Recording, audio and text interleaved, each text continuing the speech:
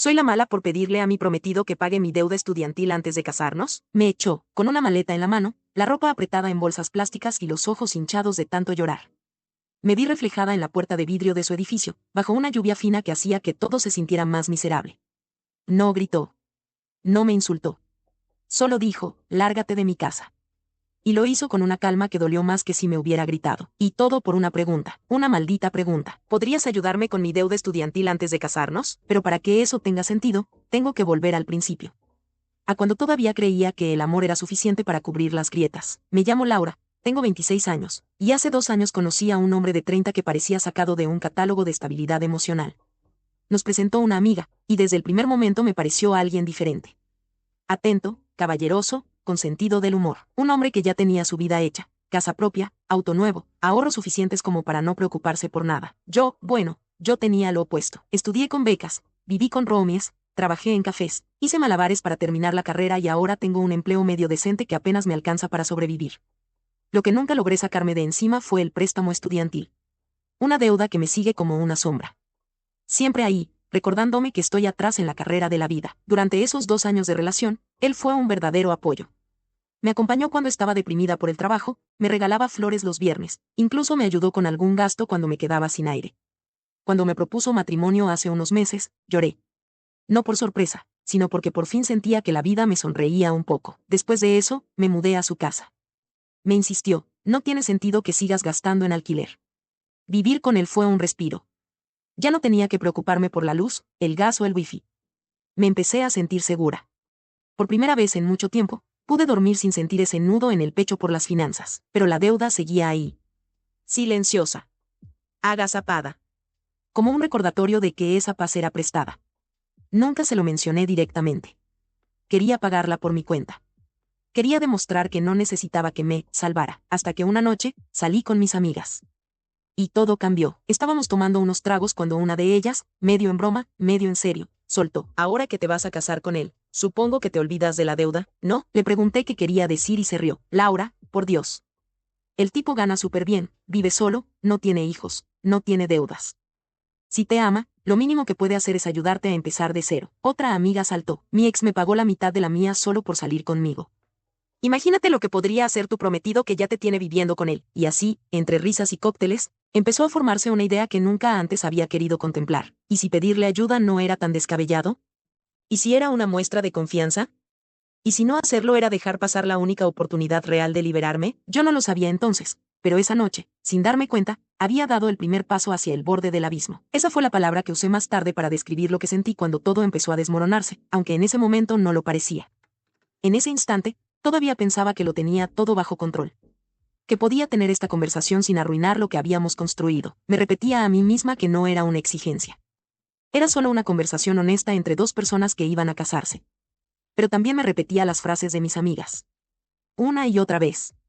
Como un mantra envenenado, si te ama, no debería dudar en ayudarte, no es pedir, es construir juntos. No seas tonta, es tu oportunidad. Así que planifiqué todo. El momento, el ambiente, las palabras. Ese viernes llegué temprano del trabajo. Limpié el apartamento, preparé su cena favorita, una pasta al pesto con pollo a la parrilla, puse música suave y me arreglé un poco más de lo habitual. Nada exagerado. Solo lo suficiente para que notara el esfuerzo. Él llegó puntual, como siempre, con esa sonrisa cálida que tanto me gustaba. Me abrazó por la espalda mientras cocinaba, besó mi cuello y me dijo que olía increíble. Todo parecía perfecto. Como una escena de película. Y yo, ilusa, pensé que esa perfección era el momento ideal. Durante la cena hablamos de todo y de nada. El trabajo, la serie que estábamos viendo, las flores para la boda. Él estaba relajado, feliz, riéndose como un adolescente enamorado, y yo lo arruiné todo con una sola frase. Amor, hay algo que quiero hablar contigo. Dejó el tenedor en el plato y me miró con atención, sin perder la sonrisa. Claro. ¿Todo bien? Respiré hondo. Sabes que siempre he sido responsable con mis cosas. Pero la verdad es que mi deuda estudiantil me tiene atrapada. Y desde que vivo contigo ha sido más fácil, sí, pero no deja de estar ahí.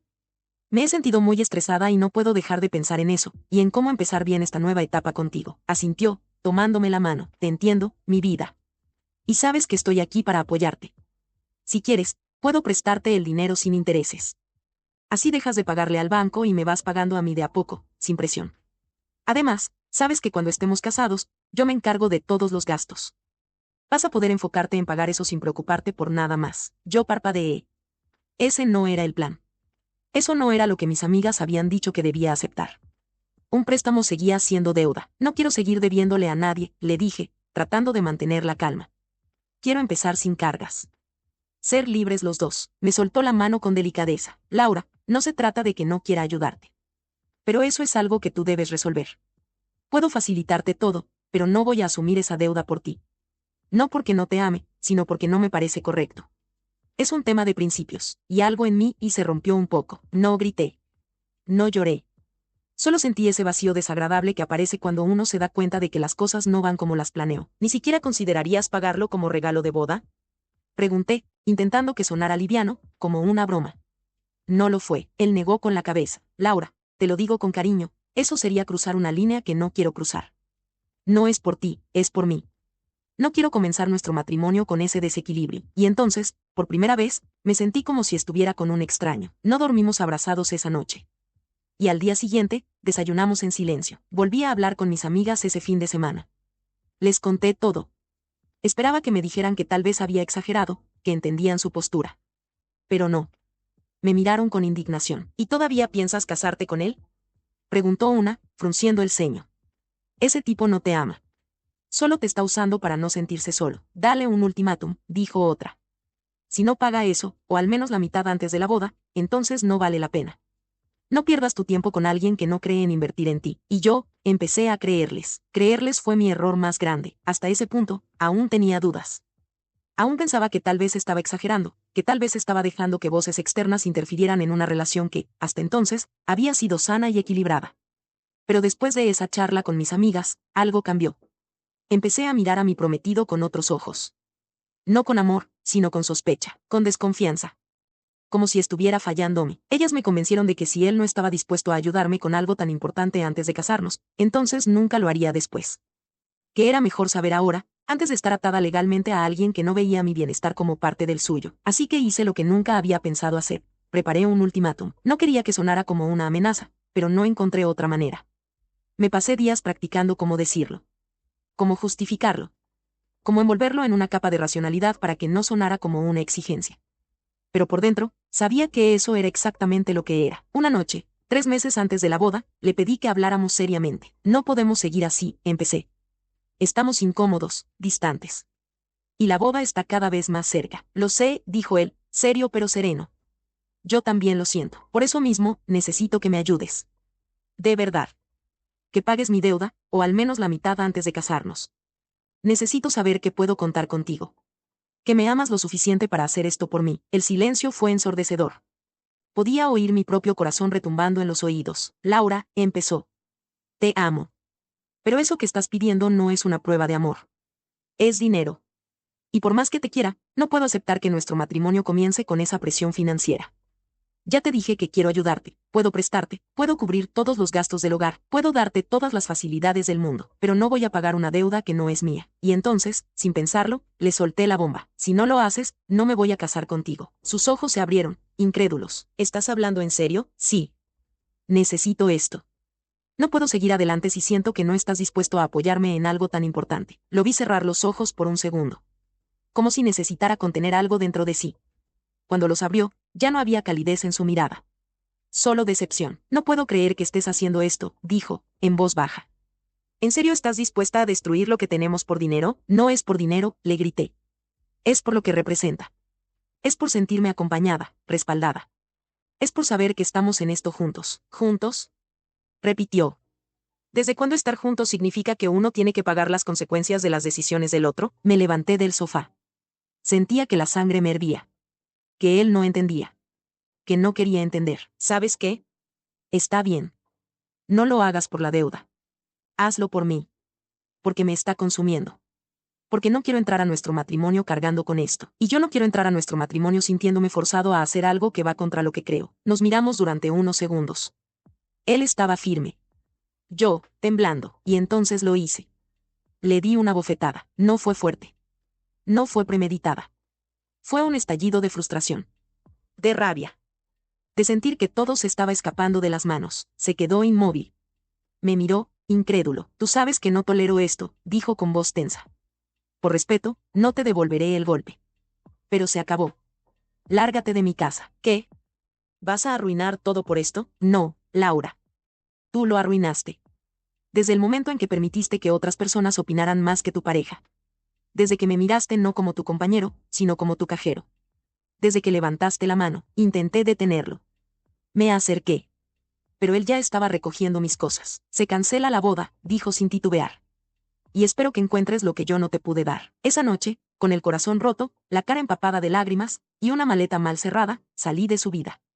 O al menos eso creí. Lo que vino después fue aún peor. Pensé que lo peor era verlo cerrar la puerta detrás de mí. Escuchar el eco de mis pasos en las escaleras del edificio. Sentir el peso de la maleta en mi mano mientras buscaba señal para llamar a alguien. Pero no. Eso fue solo el prólogo. Lo peor vino después, en las horas siguientes, cuando me di cuenta de que no tenía a dónde ir. Mi primera llamada fue a Sofía, la amiga que más insistió en que debía darle el ultimátum. Me dijo que podía quedarme unos días. Llegué con los ojos hinchados, sin maquillaje, con la chaqueta mojada por la lluvia. Me abrazó, me preparó una taza de té, me dijo que había hecho bien. Ese tipo era un cobarde, dijo. Un hombre de verdad te habría liberado de esa deuda con gusto. Al principio me sentí validada. Necesitaba escucharlo. Necesitaba que alguien me dijera que no estaba loca. Pero a la mañana siguiente, todo empezó a cambiar. Mira, Lau, mi roomie es muy complicada con el tema de invitados, me dijo, mientras colgaba la toalla mojada. Puedes quedarte hoy también, pero mañana ya tengo que hablar con ella. A ver si consigo que no arme drama. Asentí en silencio. Me sentí como una carga. Y lo peor es que sabía que lo era. Los días pasaron. 2, 3. Yo revisaba el celular constantemente. Esperaba un mensaje suyo. Una llamada. Un solo texto que dijera estás bien, lo pensé mejor, podemos hablar. Nada. Silencio absoluto. Le escribí yo. Un mensaje corto al principio. Luego uno más largo, explicando que no era mi intención herirlo. Que estaba desesperada, presionada. Que mis amigas me convencieron, pero que yo no quería romper nada. Que lo amaba, no lo leyó, le llamé. Celular apagado. WhatsApp, bloqueada. Instagram, bloqueada. Facebook, bloqueada. Ni siquiera pude ver su última conexión. Me borró por completo. Como si nunca hubiera existido. Me temblaban las manos. Me costaba respirar. Sentí que el mundo se achicaba, que me quedaba sin oxígeno. Intenté quedarme con Sofía un par de días más, pero una noche, después de una pequeña discusión con su roomie, ella me sentó y me lo dijo sin rodeos. Te quiero, pero no puedo tenerte aquí más tiempo. Esto es muy incómodo. Necesitas buscar un lugar. Yo te ayudaría, pero estoy hasta el cuello también. Tuve que alquilar un lugar con lo poco que tenía ahorrado. Un estudio diminuto, en un barrio que no conocía, con paredes finas y una ventana que no cerraba bien. La cocina tenía cucarachas. El baño no tenía espejo. El colchón era duro como una tabla. No era un hogar. Era un castigo, y lo peor no era el lugar. Era la soledad. La certeza de que lo había perdido.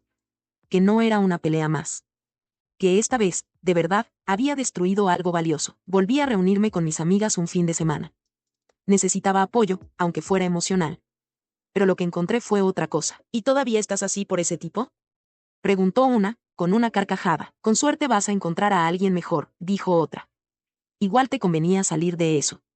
Se notaba que él se sentía superior. Además, Lau, sinceramente, si no podía pagarte esa deuda, ¿cómo iba a mantener una familia? Las miré. Una por una. Y algo en mí se apagó. Ellas no sabían lo que habíamos construido. No vieron cómo me cuidaba cuando tenía ataques de ansiedad. No vieron las noches en que se quedaba despierto conmigo cuando tenía insomnio. No sabían que me escribió una carta el día que le conté lo de mis padres y me hizo sentir, por primera vez, que no estaba sola en el mundo. No sabían nada. Y aún así, se sentían con derecho a juzgarlo. Y a aconsejarme. Ahí entendí que yo lo había arruinado todo. Que tomé una relación real, profunda, imperfecta pero sincera, y la metí en una licuadora con expectativas, miedo y presión social. Que dejé que otras personas hablaran por mí. Que usé el amor como moneda de cambio, y lo más duro, que lo golpeé. 2 veces. Tal vez una parte de mí esperaba que él viera más allá. Que perdonara. Que entendiera. Pero ahora lo entiendo, no tenía por qué hacerlo. Yo rompí algo que no se puede pegar con disculpas. Sola, en ese cuarto miserable, lloré por primera vez en serio. No por la pérdida. No por la culpa. Sino porque ya no sabía quién era. Porque sentía que había perdido el sentido de todo, y aún me faltaba enfrentar lo más difícil, reconstruirme sin él. Sin sus abrazos. Sin su voz. sin su casa, sin sus ojos mirándome como si yo fuera suficiente. Esa palabra me acompaña como un susurro cruel desde que se cerró la puerta detrás de mí. ¿Era suficiente? ¿Fui alguna vez suficiente? ¿O solo era una ilusión que él me permitía creer mientras me miraba con esos ojos llenos de esperanza? Ahora vivo en un lugar donde no hay reflejos que devuelvan ternura. Solo el espejo roto del baño, que apenas me muestra media cara, como si incluso él me negara la imagen completa de quién fui. He tenido mucho tiempo para pensar. Demasiado, tal vez, y en esos silencios me enfrento a una verdad incómoda. No fue solo la deuda. No fue solo la bofetada. Fue lo que representaba todo eso. El miedo. La inseguridad. La presión. La sensación constante de que estaba atrasada en la vida y que, al casarme con él, podía ponerme al día. Que él, con su casa y su estabilidad, podía ser mi atajo a una vida sin angustia. No se trataba solo de dinero, se trataba de la vergüenza de no haber llegado tan lejos como él. De sentir que al unirme a su vida, él me elevaba, pero yo a él lo arrastraba. Y eso me carcomía por dentro. Quería igualarlo, pero no podía. Así que pensé que, si él borraba mi deuda, estaríamos al mismo nivel. Lo entendí tarde. Él no quería a alguien que necesitara que la salven. Él quería a alguien que se salvara sola, pero que aceptara ayuda con gratitud, no con exigencias. Y yo, guiada por el eco de voces ajenas, hice exactamente lo contrario. Hoy miro hacia atrás y me doy cuenta de que fui injusta. No con mis amigas. Conmigo. Porque permití que sus visiones distorsionaran la mía. Porque apagué mi voz para amplificar la de quienes jamás estuvieron en esa relación, ni sintieron lo que yo sentí cuando él me abrazaba en silencio después de un mal día. ¿Lo extraño? Sí. Pero no en el sentido romántico. Lo extraño como se extraña un hogar que fue seguro. Como se extraña un lugar donde uno se sintió visto. Y en esa ausencia, también me reencontré conmigo. Con mis errores. Con mis límites. Con mi valor. Estoy rota, pero no destruida.